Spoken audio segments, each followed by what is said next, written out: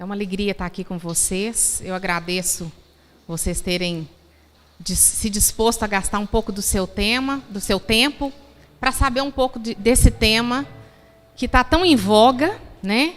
E que principalmente os senhores legisladores vão ser alvo de verdadeiros bombardeios com essa questão. Então, para que vocês não sejam peças de manobra, sem saber do que se trata, né? Sem saber como se posicionar, eu trouxe para vocês, e gostaria de partilhar realmente com vocês, um conhecimento que a gente vem adquirindo aí ao longo de 2 anos, 3 anos de estudo, né? Aqui em Divinópolis, em livros, em cursos fora de Divinópolis também, né? Então, nós vamos falar sobre ideologia de gênero. A ideologia de gênero é uma das armas da cultura da morte. O que é isso? Antes de falar da cultura da morte, vamos tentar estabelecer, mais ou menos, o que é uma ideologia. O que é uma ideologia? Uma ideologia é um corpo fechado de crenças sobre si mesmo, que pretende dar uma explicação de todas as coisas com um interesse em particular. Para isso, parte de uma ideia básica falsa, a partir da qual são feitos raciocínios lógicos. E, a partir disso, as pessoas aplicam essa ideologia até as últimas consequências. Um exemplo dessa ideologia é a ideologia nazista, ou nazi, né? Um dia o Adolf Hitler falou com a nação alemã: os alemães são um povo, uma raça superior. E eles dormiram com aquilo. Será que o Adolf Hitler, será que o Hitler tem razão? Vamos pensar. Na música, nós temos Brahms, temos Beethoven, né? Realmente, são os melhores. Na filosofia, nós temos Kant, nós temos Hegel. O tio Adolfo tem razão. Nós somos, os alemães, a raça superior. A partir dessa premissa, que tem lógica, mas é falsa, né? Não é porque tem os melhores na música, ou na arquitetura, ou na filosofia, que são uma raça superior. Essa premissa falsa, os alemães são uma raça superior, se desenvolve uma série de raciocínios e de atitudes e de comportamentos que vão justificar tudo mais. Então, isso justifica que as outras raças são inferiores, vão ser tratadas como inferiores, tem umas mais do que as outras, dentre elas as mais inferiores, por eles considerados, foram os judeus. Isso justifica que os judeus sejam colocados em guetos e sejam retirados dos guetos, colocados em campos de concentração e sejam exterminados. Então, isso é só um exemplo para vocês terem uma ideia. O que é uma ideologia e o que ela pode gerar, justificando, né? Você leva todo um povo a acreditar numa premissa falsa. Pode mudar. Então, vamos começar falando um pouco dessa cultura da morte, porque a ideologia de gênero é mais uma tática, é mais uma estratégia. Imaginem um soldado de batalha com vários braços. A ideologia de gênero é um desses braços, né? Um outro braço é o aborto, a pedofilia, suicídio assistido, né? Tem países no mundo que já está assim: eu resolvi que eu quero suicidar, eu não sou nova, mas também não sou velha, mas eu estou desencantada com a vida, resolvo que eu vou suicidar e vocês são meus amigos, vocês vão me assistir, né? Vão ficar lá do meu lado, segurar na minha mãozinha para eu injetar uma injeção de estricnina, alguma coisa assim. Então, essa cultura da morte, gente, ela começa por dizer que nós não podemos condenar nada, que não há verdade, que não há certo ou errado. E para vocês políticos, isso não é politicamente correto. Querem amarrar a boca de vocês, políticos, é dizer para vocês: não fale isso porque isso não é politicamente correto. A cultura da morte ensina isso. Então, vocês imaginem a seguinte situação. Quem aqui tem filhos? Imaginem que vocês vão passar o fim de semana fora de casa e deixam o filho adolescente, 14, 15 anos, passar o fim de semana sozinho em casa. E quando vocês chegam, tem sapato na geladeira, cabide na pia, lençol na privada. Os bichos estão todos dentro de casa, a janela ficou aberta, choveu, molhou tudo. É possível, diante dessa situação, vocês simplesmente dizerem assim: vamos dialogar sobre limpeza? Ou então, vamos aprender a conviver com esse jeito alternativo do nosso filho de viver? É preciso o quê, gente? É preciso contemplar a verdade. né? Isso aqui tem cabide, tem cueca, tem papel higiênico, mas isso aqui é a cozinha. Esse cômodo aqui tem gato, cachorro, papagaio, os porcos estão aqui dentro, tem lençol, tapete, colchão, travesseiro, mas isso aqui é a sala. A partir dessa contemplação da verdade, vocês vão fazer o quê? Limpar, né? E organizar. Vamos novamente organizar cada cômodo. Então, é preciso, diante de certas situações, que a gente saiba contemplar a verdade e corrigir o erro. Da mesma forma, na economia, estamos com juros galopantes, inflação no teto, desemprego numa taxa absurda. Gente, não vamos falar de desemprego, não vamos falar de problemas da economia que dá azar. Vamos só falar de coisa boa. Vamos só falar de como é bom trabalhar. Isso vai resolver os problemas da economia? A força de falar de coisas boas, a economia vai se ajustar? Nós chegamos no médico e, infelizmente, Deus não permita, o diagnóstico é câncer. Ô, minha filha, força na peruca que vai dar tudo certo. Vou te passar umas vitaminas, vou te passar um complexo vitamínico, vou te passar um anti-inflamatório, um antibiótico. E vai dar certo. Dá certo. Ou se você tem uma doença grave, você tem que enfrentar. Se o câncer é agressivo, o tratamento tem que ser agressivo. Então, da mesma forma, na vida, né, com a questão da cultura da morte, nós precisamos começar a pontuar as coisas, né? O que não está certo, o que está errado, e colocar as coisas em ordem, né? Podemos ir.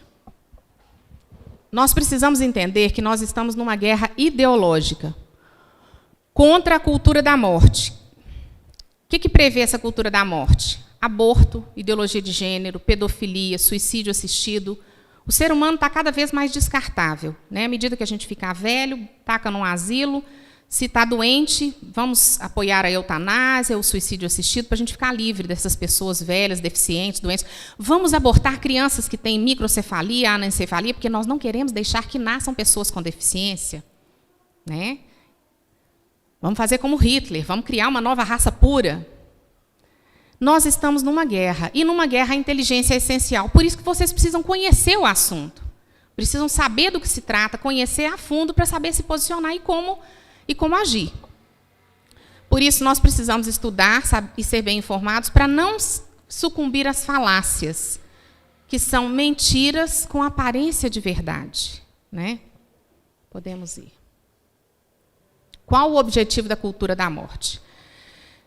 O objetivo da cultura da morte não é proteger a mulher, defender o direito sexual da mulher de fazer o que ela quiser com o corpo dela, defender homossexuais, não é nada disso. Proteger crianças, emancipar quem quer que seja. O objetivo é o controle populacional.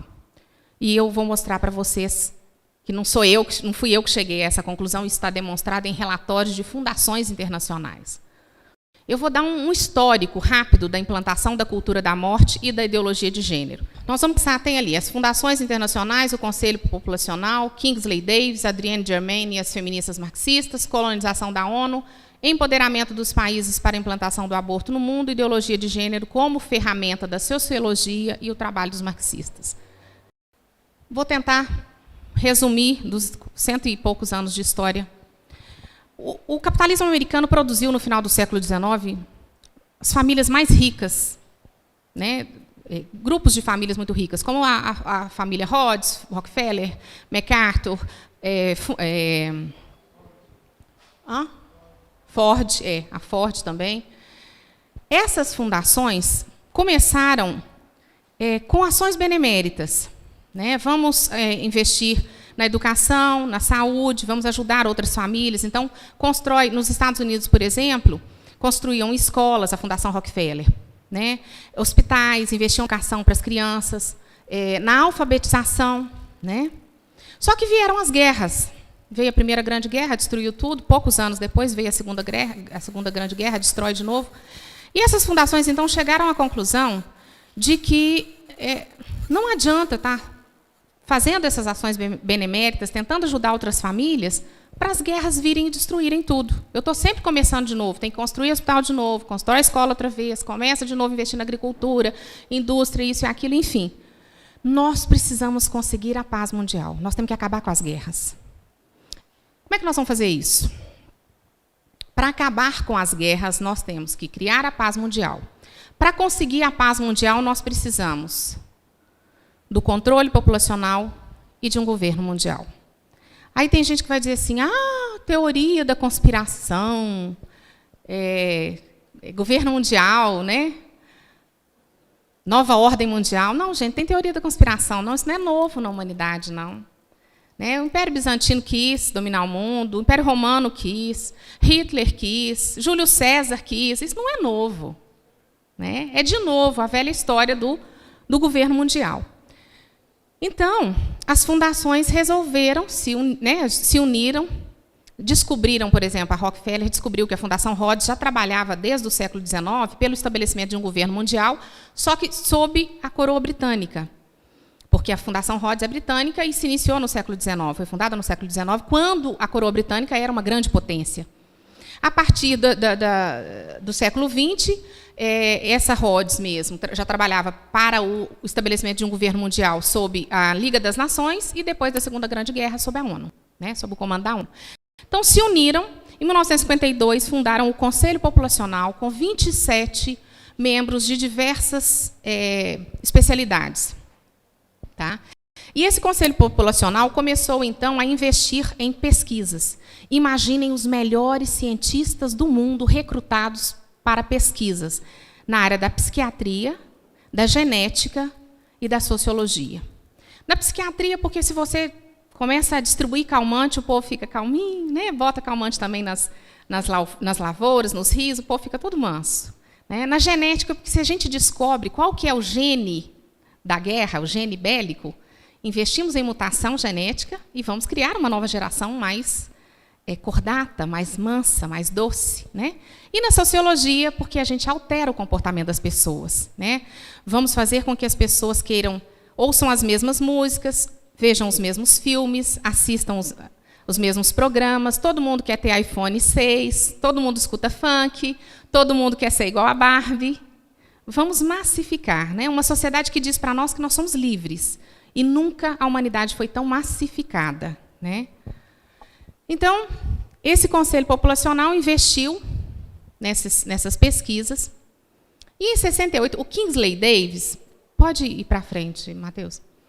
O Kingsley Davis, esse senhor simpático aí, ele integrou o Conselho Populacional em 52. Ele é autor do livro Human Society. É preciso mexer na estrutura da sociedade, alterando os usos e costumes. Em 1968, ele publicou um artigo, Políticas Populacionais, os programas atuais terão sucesso, né? No qual ele disse o seguinte, porque a partir do Conselho Populacional, da fundação do Conselho Populacional, com o objetivo, eles estabeleceram, o Conselho Populacional, 4 objetivos fundamentais.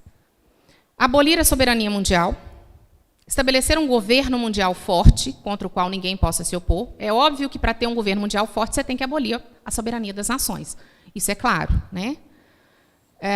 O controle do comportamento humano pela via sociológica. Né? Vamos fazer todo mundo pensar igual, sentir igual, querer igual. E se você pensa diferente, você é o problema.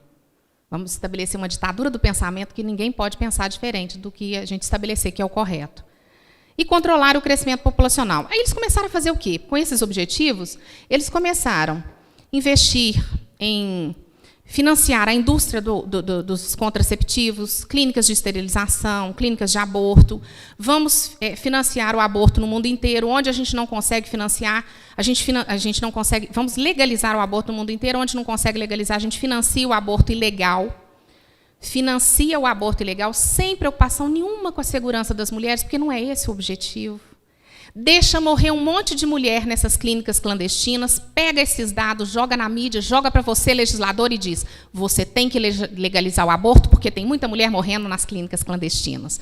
O que vocês não sabem é que são os mesmos que financiam o aborto ilegal é que estão querendo legalizar o aborto. Eles financiam o ilegal para conseguir sensibilizá-los para legalizar o aborto. Então, começaram a investir. O Conselho Populacional começou a desenvolver políticas nesse sentido. Vamos investir no financiamento de contraceptivos, aborto, clínicas de esterilização, enfim. Mas, em 68, o Kingsley Davis falou assim, pode parar, que não adianta nada disso. Não adianta só querer legalizar o aborto, financiar o aborto, criar clínicas de esterilização, distribuir contraceptivos para todo mundo, porque a hora que o homem e a mulher querem ter filhos, eles param com isso. Eles param de usar o contraceptivo, eles param de fazer aborto e eles têm filhos.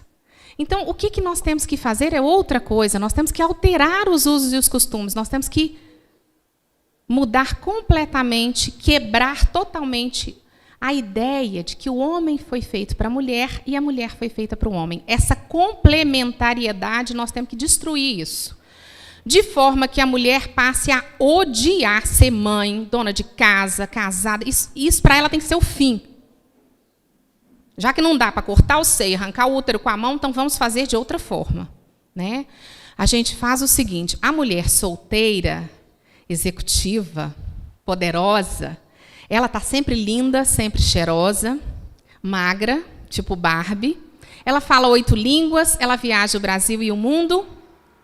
E a dona de casa, a mãe de família, a gente põe uma dona Florinda. E depois você pergunta para a mulher assim, qual que você quer ser? Então, nós temos que fazer isso. Só que ele não conseguiu convencer, né? O pessoal das fundações, ele falou, ele colocou, ele propôs, mas não convenceu. Vamos para frente. Foi essa mulher aí, Adrienne Germain, quem convenceu Rockefeller III de que era preciso parar de falar contra o crescimento populacional e investir no discurso feminista emancipador. Nós temos que emancipar a mulher da tirania da família, do casamento e da maternidade. Conversa de 2 horas de porta fechada com Rockefeller III, ela falou, esse discurso seu de crescimento populacional, de controle populacional, isso já virou um disco furado, quebrado, que não resolve. Né? Aqueles que são da minha geração vão se lembrar, quando a gente era adolescente, o disco furado na escola era controle populacional, crescimento populacional. O mundo vai explodir, vai faltar terra, vai faltar água, vai faltar comida. Isso a gente escutava direto. Os meus filhos já foram criados na geração do meio ambiente.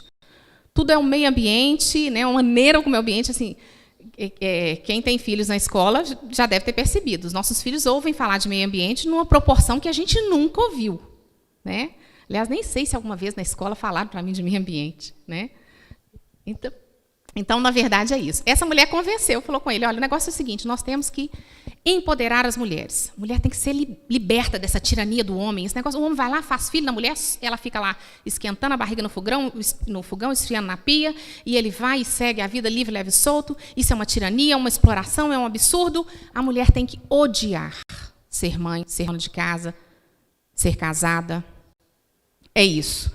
Então, as fundações falaram, oba, já tem quem está fazendo o trabalho sujo de subverter o papel das mulheres. Nós vamos dizer para a mulher que ser mulher é uma desgraça. Ser mãe, ser casada, ser dona de casa, isso é uma desgraça, isso é uma doença, uma coisa séria que tem que ser extirpada. Né? Então, como elas já estão fazendo, vamos financiar. Então, as fundações internacionais, começaram a financiar todos os projetos das feministas marxistas, que queriam esse empoderamento da mulher. E é interessante que, se vocês lerem um artigo, quem quiser pode anotar, chama Agenda de Gênero. Essa agenda de gênero mostra a caminhada desse movimento feminista marxista, inclusive dentro da ONU, com os congressos internacionais das mulheres, em que se vê o seguinte, elas organizavam congressos da seguinte forma, nós aqui, façamos de conta, somos todas mulheres, nós pensamos todos iguais. Queremos que a mulher largue mão de ser mãe, dona de casa, esposa, destrua essa figura, esse papel. Então, nós vamos fazer um congresso, dizendo que nós estamos representando as mulheres do mundo inteiro, que todas as mulheres pensam assim, e vamos produzir um documento para levar para os governos, para os países, para dizer, olha, nós queremos políticas sociais, legislações que acolham essas propostas nossas. Mas as 2 mulheres ali são de uma área de defesa da família, gostam de ser mãe, dona de casa, acham que a mulher tem que ter o direito de trabalhar fora, se ela quiser, de trabalhar fora e também ser mãe, dona de casa, casada, ter família. Então, as duas não conseguem nem credencial para entrar no nosso evento. Quando conseguem, é uma só, porque eu diminuo a força das duas. Então, vem uma sozinha para o nosso evento. As contribuições que ela dá não são sequer anotadas. Isso a gente sabe de mulheres que participaram desses eventos e disseram, nós ficamos decepcionadas de perceber que as nossas pontuações, as nossas colocações não foram sequer anotadas no documento final, como se não tivessem manifestado, né?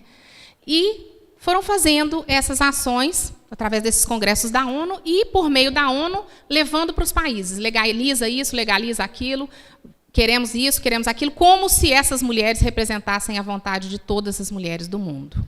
Ou, pelo menos, da maioria, nem isso, né? Era um grupinho minoritário que soube como agir. Vamos ver.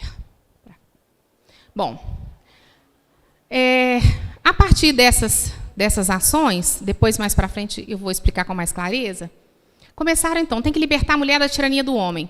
Vamos empoderar os países. As fundações, através da ONU, começaram a empoderar os países para poder legalizar o aborto no mundo inteiro. Como não estava conseguindo, vem a ideologia de gênero como um braço amigo para conseguir o que o aborto não está conseguindo. Inclusive, foi a Judith Butler, porque o histórico foi mais ou menos o seguinte, gente. Décadas de 50 e 60, as fundações investiram em pesquisas. Estudaram pesquisas, tudo mais. 70, elas colonizaram a ONU. A partir de 80, começaram a empoderar os países no mundo inteiro para legalizar o aborto.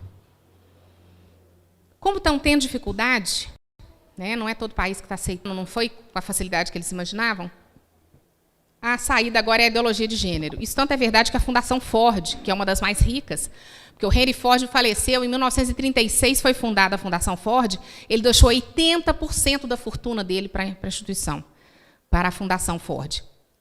Então, eles chegaram à conclusão, precisamos adotar a ideologia de gênero, precisamos implementar de toda forma. A Ford fechou os escritórios dela, os departamentos dela no mundo inteiro, inclusive de controle populacional, e aumentou, manteve apenas um de ideologia de gênero. Por isso que nós, de repente, do nada, de um ano ou dois para cá, a gente só ouve falar de ideologia de gênero.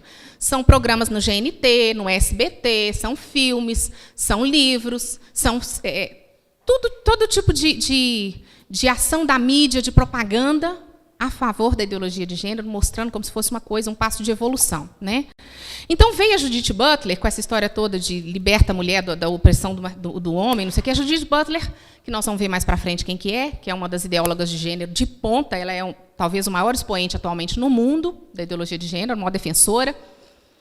Ela veio e falou, vocês não entenderam nada. Não tem que libertar a mulher da tirania do homem, tem que libertar a mulher de ser mulher, porque mulher não existe. Mulher foi uma coisa inventada pelo homem para dominar a mulher. E homem também não existe, é tudo papel. Você faz e desfaz do jeito que você quiser. Agora, batom vermelho, brinco, eu resolvi que eu sou homem.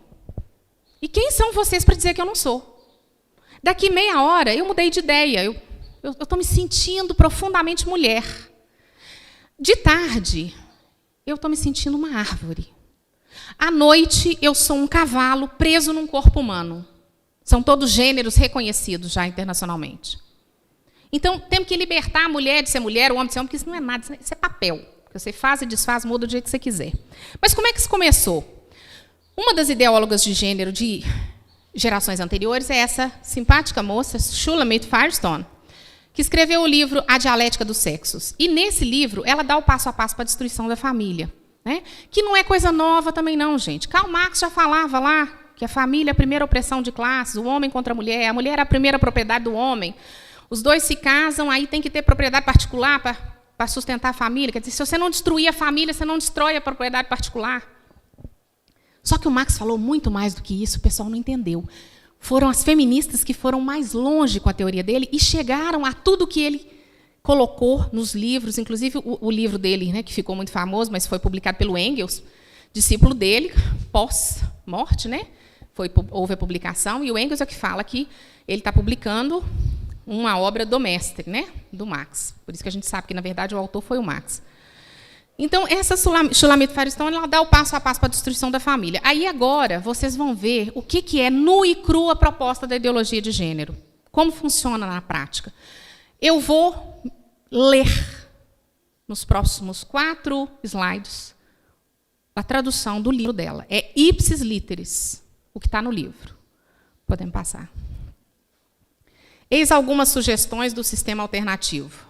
A libertação das mulheres da tirania da sua biologia reprodutiva por todos os meios disponíveis e a ampliação da função reprodutiva e educativa a toda a sociedade globalmente considerada. Prestem bem atenção, libertação das mulheres da tirania da sua biologia reprodutiva. Eu poder ser mãe é uma tirania. Estamos falando de uma mudança radical. Libertar as mulheres da sua biologia significa ameaçar a família, que é uma sociedade, uma unidade social organizada em torno da reprodução biológica e da sujeição das mulheres ao seu destino biológico. A total autodeterminação, incluindo a independência econômica, tanto das mulheres quanto das crianças. É por isso que precisamos falar de um socialismo feminista. Com isso, atacamos a família em uma frente dupla, contestando aquilo em torno de que ela está organizada, a reprodução das espécies pelas mulheres e sua consequência, a dependência física das mulheres e das crianças. Eliminar essas condições já seria suficiente para destruir a família que produz a psicologia do poder. Nós a destruiremos ainda mais.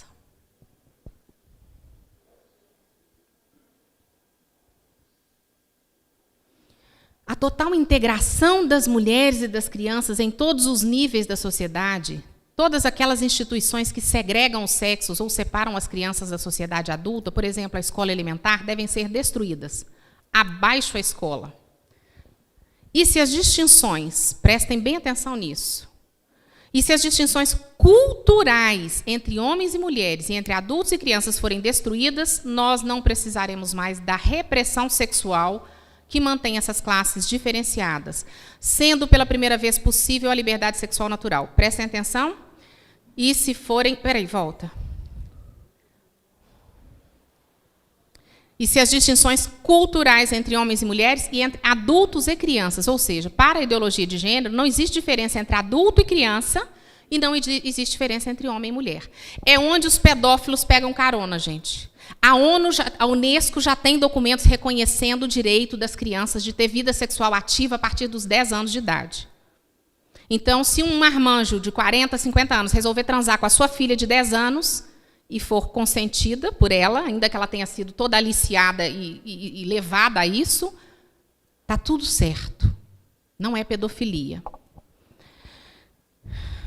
E a isso chega às consequências mais absurdas. Assim chegamos à liberdade sexual para que todas as mulheres e crianças possam usar a sua sexualidade como quiserem. Você transa com gato, cachorro, papagaio, cavalo, do jeito que você quiser. Não haverá mais nenhuma razão para não ser assim.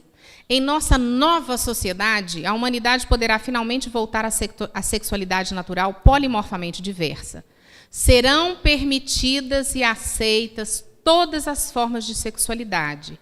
A mente plenamente sexuada, ou seja, vamos pensar só em sexo, tudo se resolve com sexo, a vida começa e acaba em sexo. Tornar-se universal.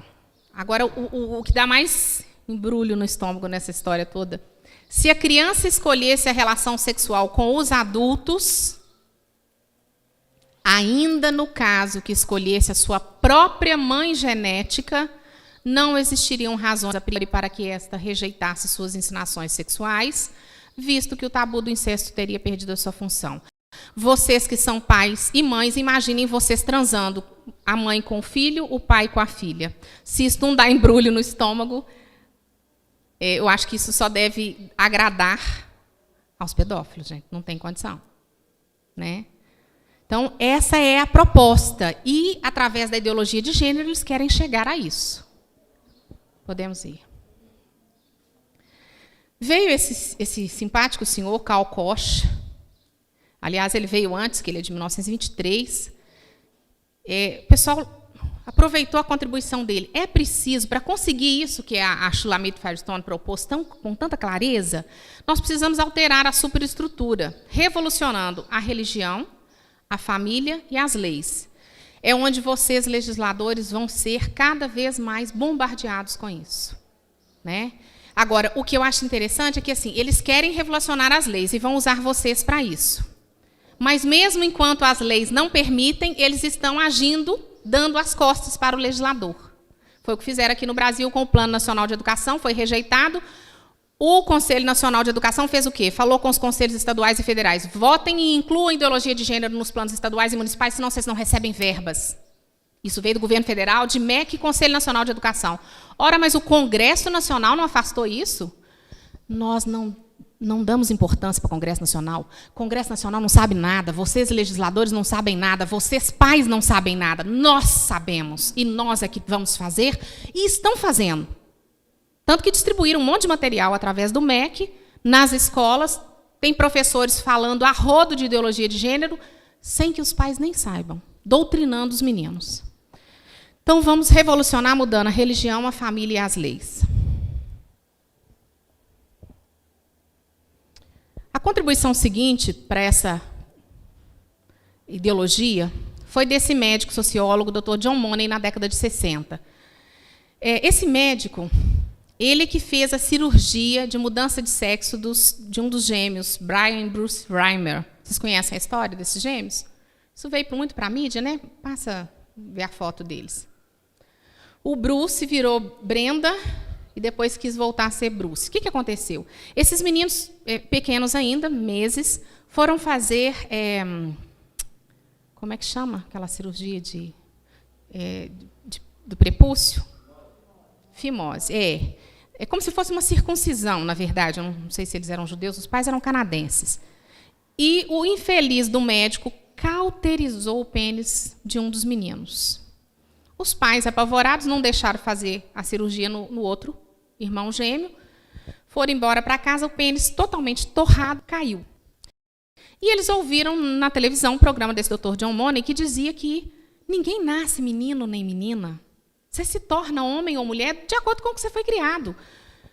Os senhores homens só se tornaram homens porque a mãe de vocês colocou roupa de homem em vocês e deu carrinho para vocês brincarem. Se vocês tivessem tido boneca para brincar, vocês tinham virado mulher. É uma coisa assim, essa é a história. Então, ele falou que ele tinha provas científicas disso, e esse casal procurou, ele propôs para eles, né, o que era a situação. Vamos, então, fazer uma vagina artificial, né, na Brenda, muda de nome, rebatiza, aquela coisa toda, e a gente cria como menina, vocês nunca contem para ele que nasceu menino, cria como menina. Põe vestidinho e tal. Muitos anos passados, e esse médico ele foi tão desonesto, olha como é que eles agem. Nós todos aqui nos lembramos da época de escola, se você vai fazer a questão da hipótese, tese, lei. Para uma coisa virar uma tese, tem que ter nas hipóteses sempre o mesmo resultado, não é isso? Tem que ter uma amostragem de, sei lá, inúmeros experimentos, obrigada, isso mesmo. Inúmeros experimentos que deem o mesmo resultado para eu dizer que aquilo ali é formular uma tese e depois uma lei, né? Como? Para validação, exatamente. Eu não posso pegar um único experimento e dizer que aquilo ali me autoriza a formular uma tese ou uma lei, né? Esse Dr. John Money pegou esse caso e viajou o mundo inteiro, publicou artigos dizendo que esse caso provava a teoria dele. É curioso, é interessante os nomes. Um médico, muitos anos depois, levantou a história toda dessa família. Doutor, eu não sei se é Marcos ou John Colapinto, o sobrenome do sujeito. O que aconteceu? A mãe do menino contou. A Brenda, quando colocou o primeiro vestidinho nela, já maiorzinha, 2, 3 anos, ela rasgou o vestido no corpo. Ela tinha um comportamento muito estranho na escola, queria fazer xixi em pé, aquelas coisas. Toda uma vez foi pega na escola fazendo xixi em pé, menina fazendo xixi em pé. Aí virou chacota na escola, porque bullying não é uma coisa nova, não é uma coisa da agora, né? Enfim, deu tanto problema. A mãe teve depressões repetidas e acabou morrendo. Com 14 anos, o pai não aguentou, contou para ele a verdade. Ele quis voltar a ser homem. e falou que foi, quando ele pôs o terno dele, a roupinha dele de homem, pela primeira vez, já rapazinho, que aquilo foi uma limpeza na alma, uma realização. Mas esse menino teve que lutar com muita coisa, o outro irmão dele se envolveu com droga, o pai alcoólatra, uma confusão danada. Ele acabou casando, se casou com uma mulher divorciada que já tinha filhos, mas ele tinha pesadelos horrorosos, porque tem um livro que conta a história deles, os experimentos que o Dr. John Money fazia com eles quando crianças, no consultório, de fazer o irmão gêmeo vir por trás, encostar, passar a mão, manipular, irmão com irmão, para ver como é que faz menino com menina, orientando os pais a andar pelados na frente dos filhos para mostrar. Coisas assim absurdas. Fizeram dessa família experimentos, com essa família, experimentos assim absurdos. Enfim, o resultado. O irmão morreu drogadicto, o pai alcoólatra, a mãe com depressão. Em 2008, a Brenda, o Bruce, depois que voltou a ser homem, adotou o nome de Davi. Ele falava assim, Davi venceu Golias. Eu vou vencer esse gigante desse problema da minha vida. E ele se suicidou em 2003, com 38 anos. Essa é a história, o fim dessa história trágica. E esse Dr. John Colapinto procurou o Dr. John Money para colocar para ele a situação toda. Ele falou assim, olha, esse experimento, nós perdemos o contato com ele, então já não... Um ser humano, uma família, 2 crianças são um experimento, um rato de laboratório. Vocês verem o valor que eles dão a isso. Aí veio essa simpática senhora, que já não sabe se é homem, se é mulher, mas é isso mesmo que ela quer, a senhora Judith Butler, e disse, né, foi a contribuição seguinte, porque ela que amarrou isso tudo, né, o que vem lá das feministas marxistas, a Shulamit Firestone, a contribuição do Kingsley Davis, do Karl Koch, a teoria de Marx lá atrás, ela juntou tudo e falou, gente, presta atenção, entenda aqui uma coisa. Ser homem ou ser mulher não é biológico, mas gênero, papel que cada um constrói, destrói e modifica como quer, de modo indefinido e indefinível. Inclusive, Nova York tem já reconhece, um órgão lá de Nova York já reconhece, acho que 43 gêneros. Esse povo está todo atrasado, não entendeu? Foi nada. Gente, gêneros têm infinitos, pois se eu posso escolher a cada minuto ser o que eu quero, do jeito que eu quero, como é que você vai contabilizar isso? Falar quantos gêneros que tem? Eu resolvi agora que eu sou um macaco. O que resolveu que é um macaco totalmente diferente de mim. São 2 gêneros de macacos diferentes. Né? Então, indefinido e indefinível. Foi ela quem introduziu o termo gênero na ONU, em Pequim, em 1995. Elas caladinhas, as feministas marxistas, capitaneadas por ela é a cabeça, vamos introduzir gênero no lugar da palavra sexo. E, boca fechada, não fala nada. Deixa todo mundo pensar que gênero é apenas substituição para a palavra sexo.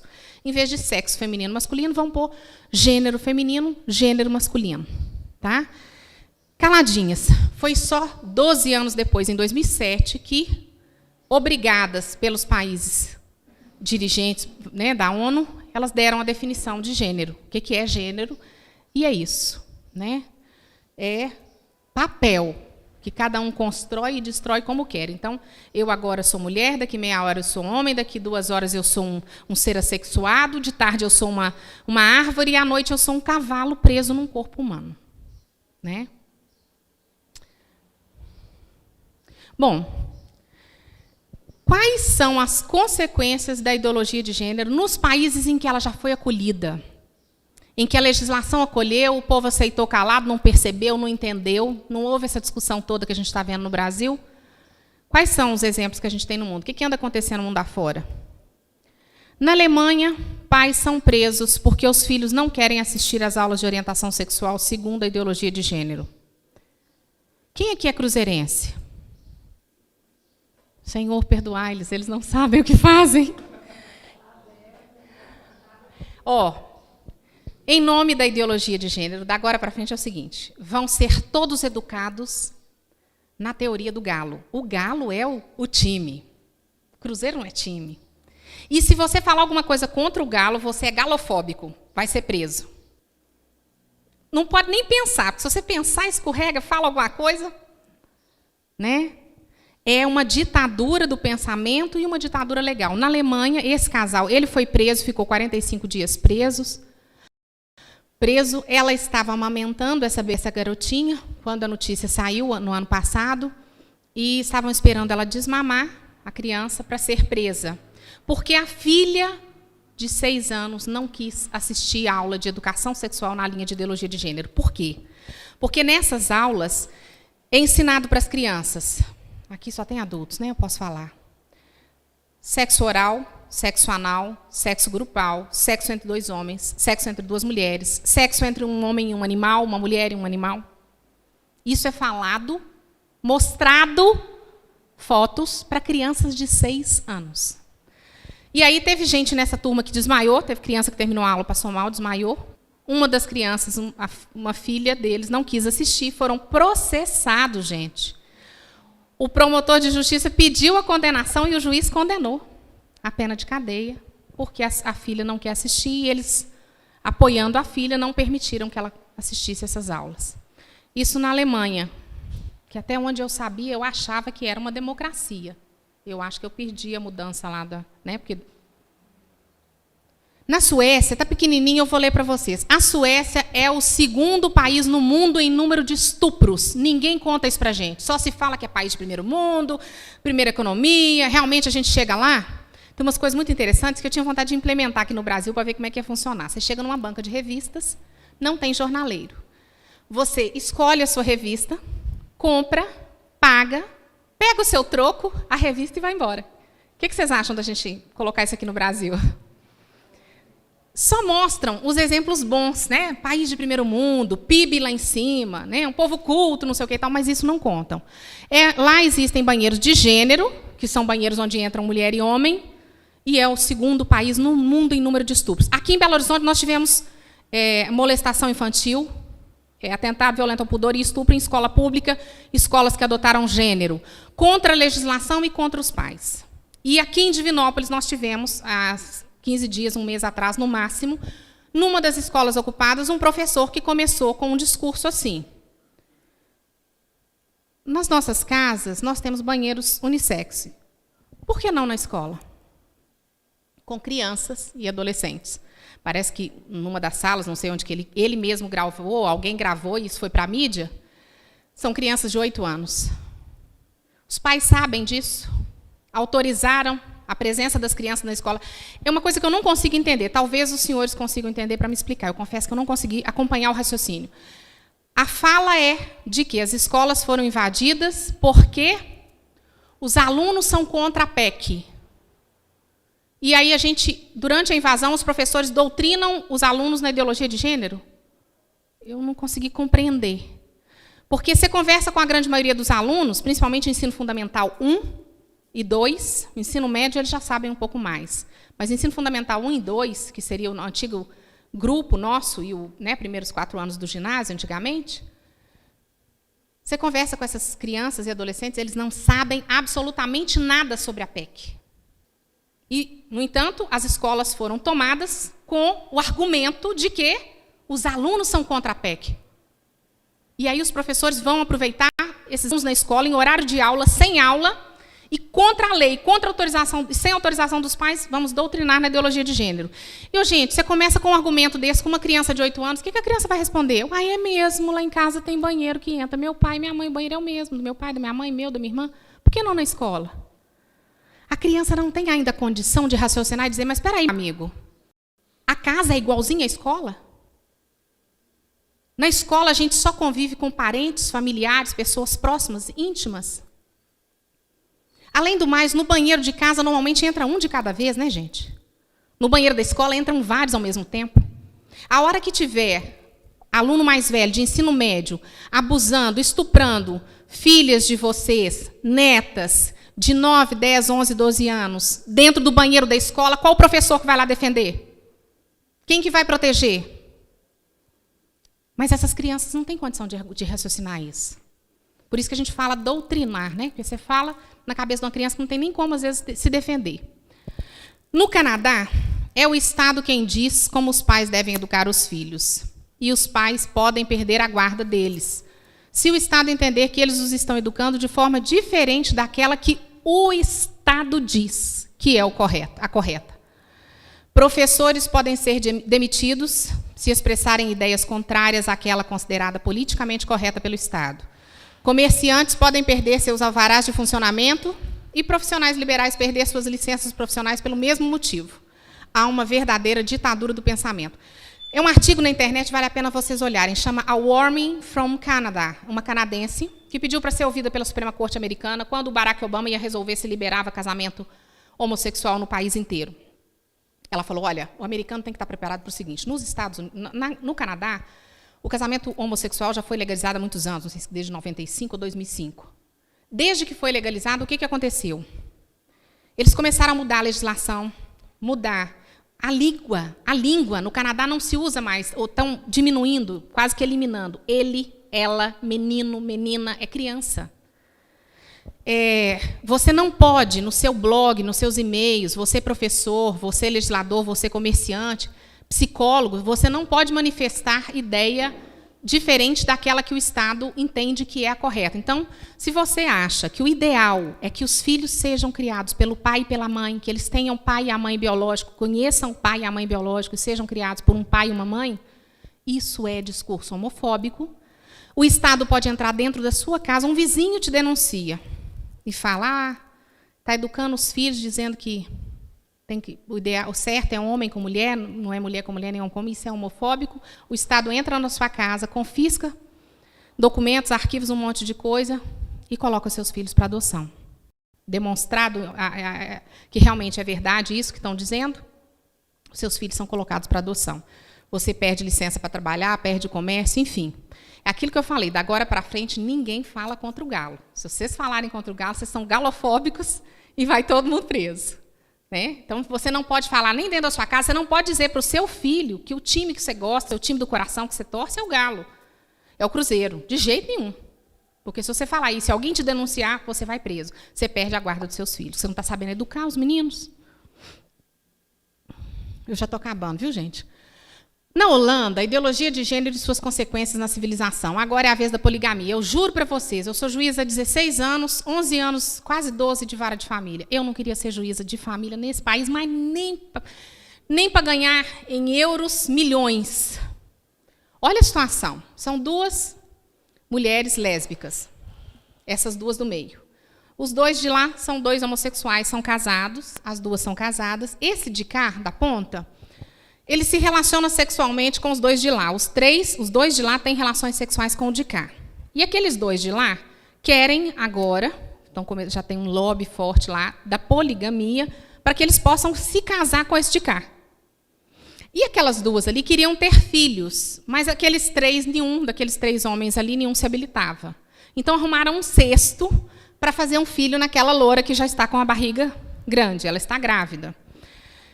Se vocês anotarem esse título na internet, vocês acham a reportagem completa.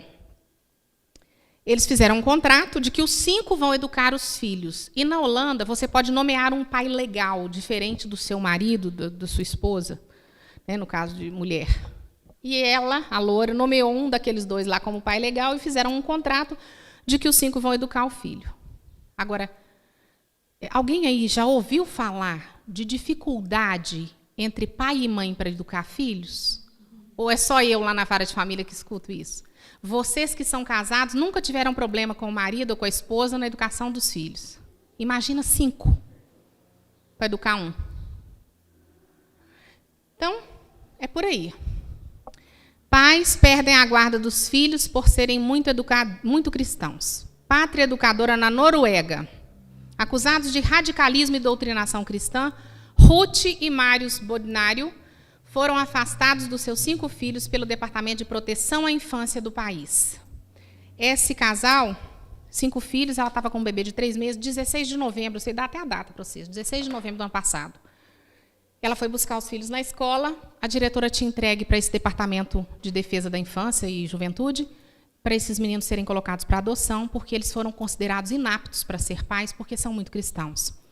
A reportagem fala que a diretora, conversando com uma das filhas do casal, a menina falou que a avó tinha falado que Deus não gosta do pecado, que Deus condena o pecado, que pecar é errado. E aí a diretora, então, chegou à conclusão de que esses pais, essa família, está despreparada para educar os filhos, porque são muito cristãos, e precisava, então, que esses filhos fossem tomados. Foram tomados os 4, Ela, então, foi para a delegacia com o de 3 meses, foi ouvida, foi embora para casa. No dia seguinte, o Departamento de Estado, esse departamento foi lá e tomou o bebê de 3 meses. Eles conseguiram reaver as crianças em maio desse ano, depois de muita luta. E, a partir disso aí, pode mostrar, outras famílias, não sei se 38, 43, vieram à tona, à mídia, na Noruega, para dizer: carta revela drama de mais famílias que perderam a guarda dos filhos na Noruega.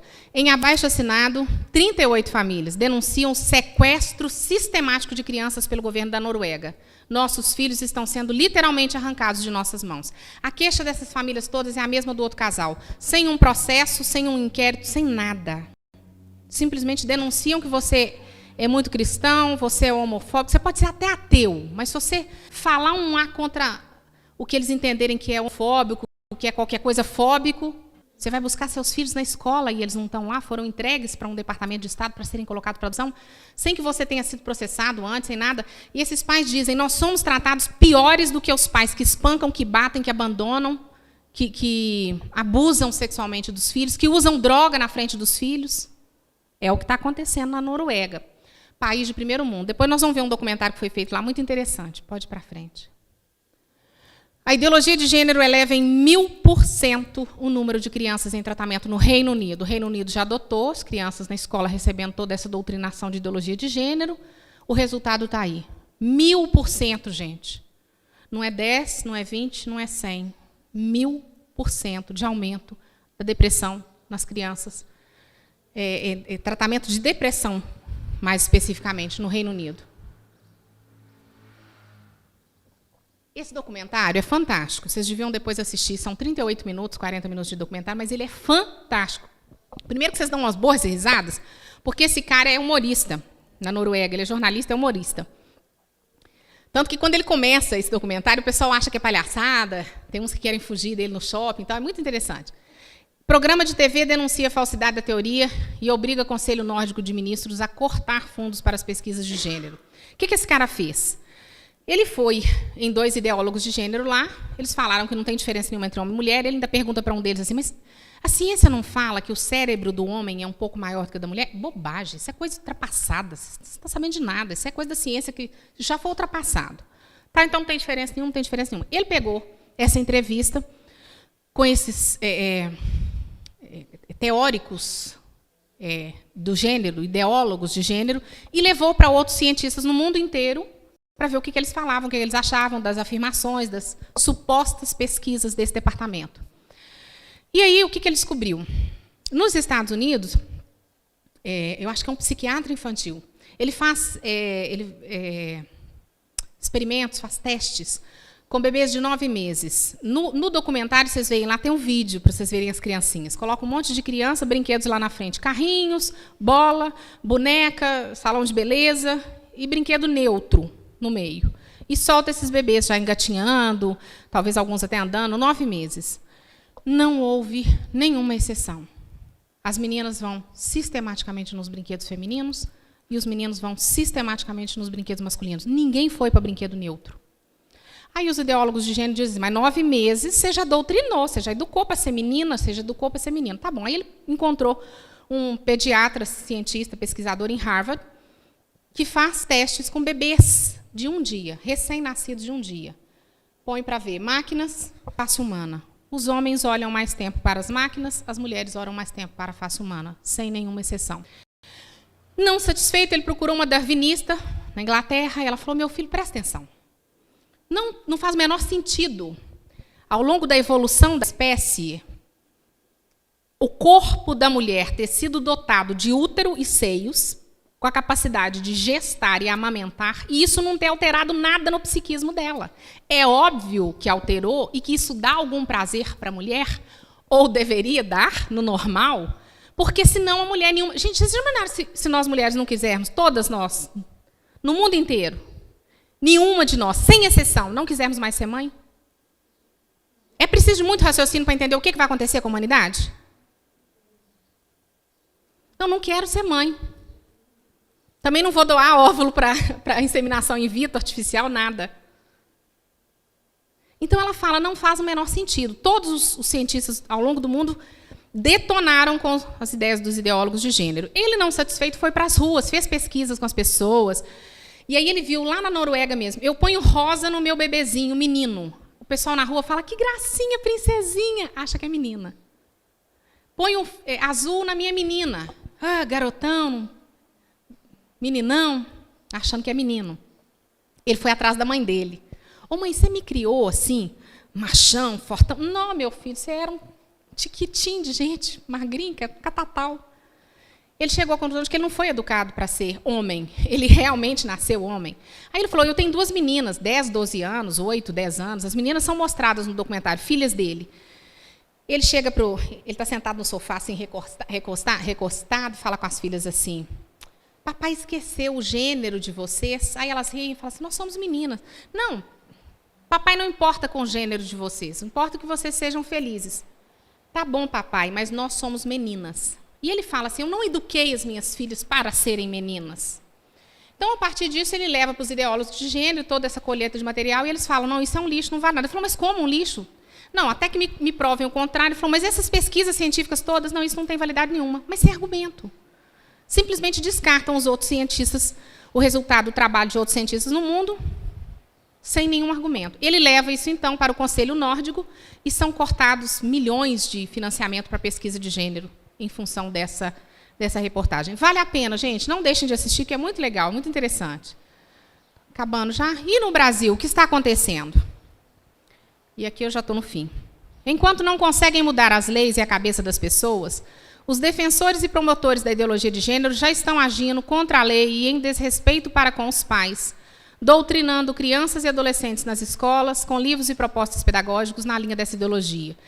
Isso para falar de criança, né, que vai afetar os senhores enquanto pais, né, enquanto legisladores na questão da lei, sem dizer, né, da proposta para nós adultos, nas novelas, nos filmes, na música, nos programas de televisão, que querem nos convencer de que realmente essa coisa é uma coisa boa e veio para libertar alguém, né?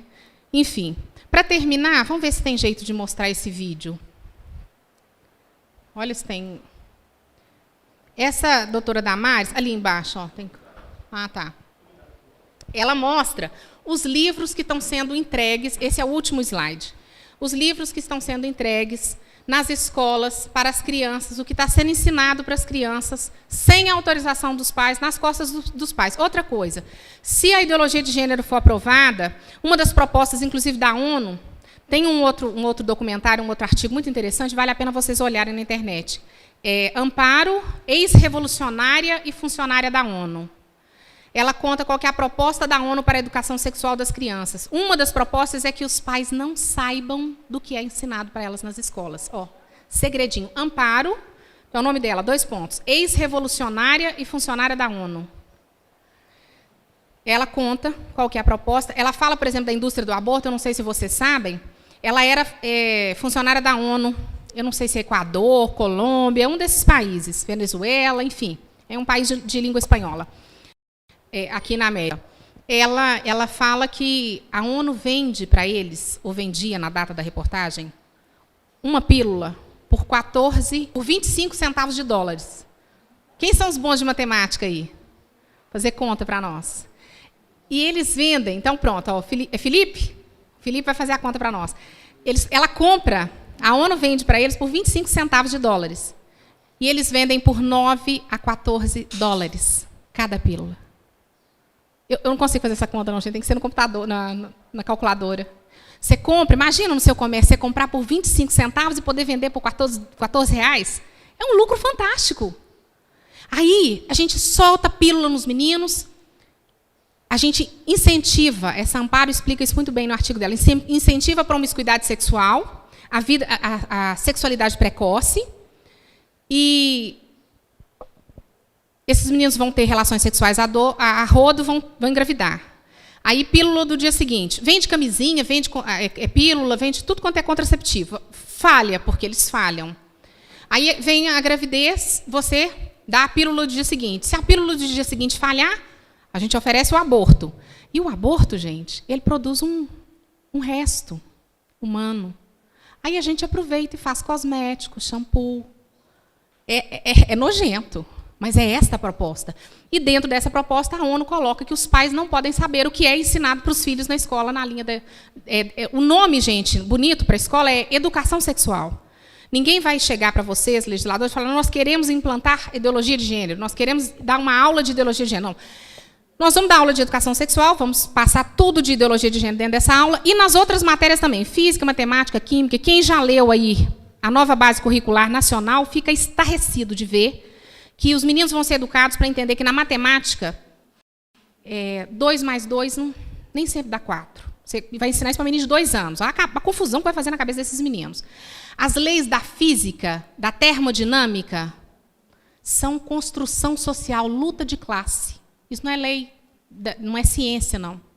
É isso que vão ser ensinados. Então, você não ensina. Na escola, o professor não ensina português, não ensina matemática, não ensina física, não ensina química, mas ele ensina luta de classe, opressão, homofobia, ideologia de gênero. Né? E aí está tudo bem. Nós foi, nós vai, nós fomos, nós voltemos. Vocês entenderam, não entenderam? Então, nós nos comunicamos, está bem. Aí eu fico revoltada, porque eu estudei a vida inteira em escola pública. E, na minha época, escola pública eram as melhores escolas. Eu tenho colegas que saíram aqui do estadual, aqui em Divinópolis, e passaram direto na UFMG, sem cursinho. Hoje, os meninos de escola pública, em vez desse governo, essa filosofia que está aí, em vez de melhorar as escolas públicas, sucatearam o ensino. Os meninos não aprendem mais português, matemática, física, geografia, aprendem um monte de coisa que não precisa, dentre eles, educação sexual e ideologia de gênero.